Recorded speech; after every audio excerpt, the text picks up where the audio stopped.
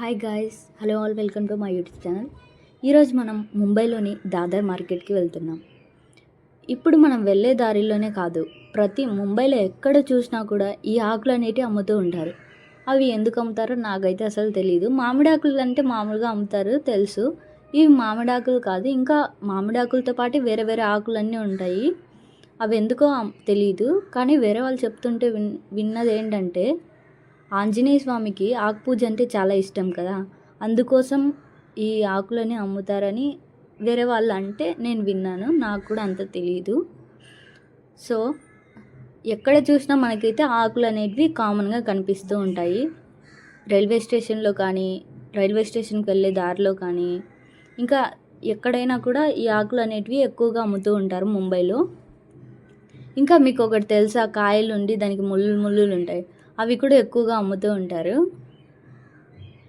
ఇప్పుడు మనం వెళ్ళే రూట్ ఏదంటే సేనాపతి బాపట్ మార్గ్. ఈ రోడ్ని అలా పిలుస్తారు. ఇక్కడే ఎపిల్స్టోన్ బ్రిడ్జ్ అనేది కూడా ఉంది. తర్వాత ఇప్పుడు మనం దాదర్ మార్కెట్కి దగ్గరలో ఉన్నాం. అటు సైడ్ మొత్తం ట్రాఫిక్ ఉంది. సో అందుకని ఇటు సైడ్ వెళ్తున్నాం.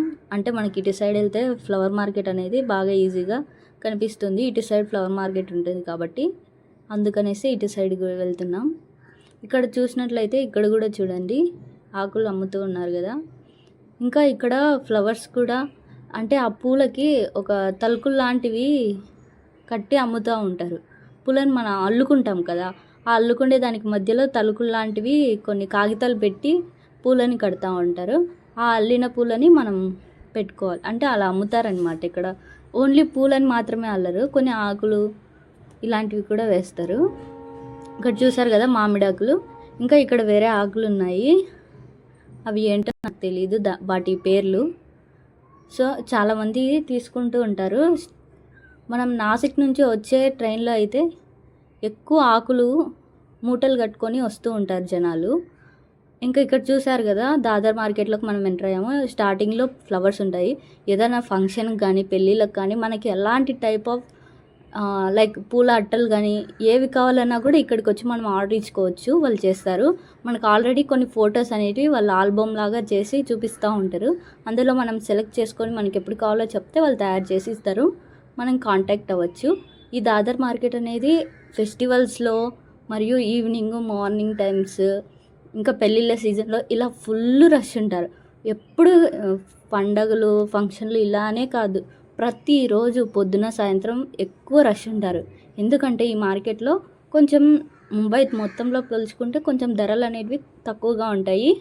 మరియు అది కాక దాదర్కి ఈ మార్కెట్కి పక్కనే స్టేషన్ ఉంది.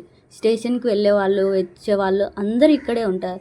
ఇక్కడి నుంచే వెళ్ళాలి రావాలి కాబట్టి మార్కెట్ అనేది ఫుల్ రష్గా ఉంటుంది. అంటే ఇంటికి వచ్చేటప్పుడు మార్కెట్లో ఏవో ఒకటి కొనేసి వెళ్తారు కదా, సో అందుకనే కొంచెం ధరలు అనేటివి తక్కువగా ఉంటాయి.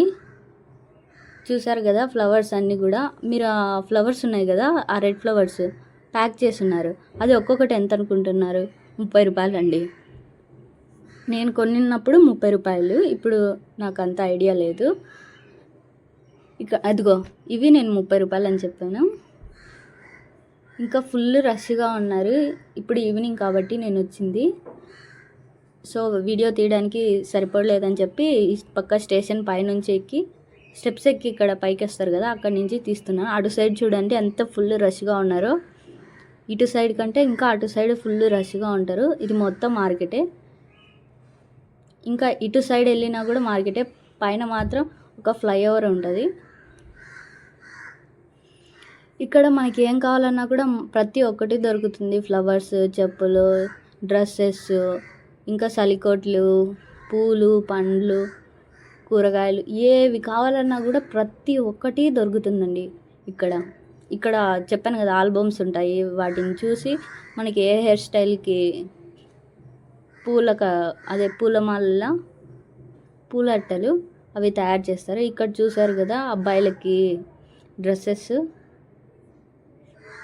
ఇక్కడ చెప్పులు, షూస్, ఇంకా సాక్స్లు ఇవన్నీ కూడా దొరుకుతాయి. ఇక్కడ కొంతమంది డైరెక్ట్గా అంటే ఇట్లా రోడ్డు పక్కనే పెట్టుకో ఉంటారు.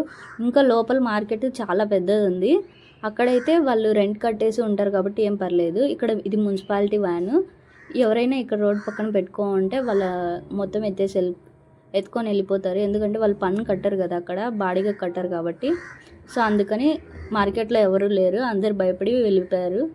సో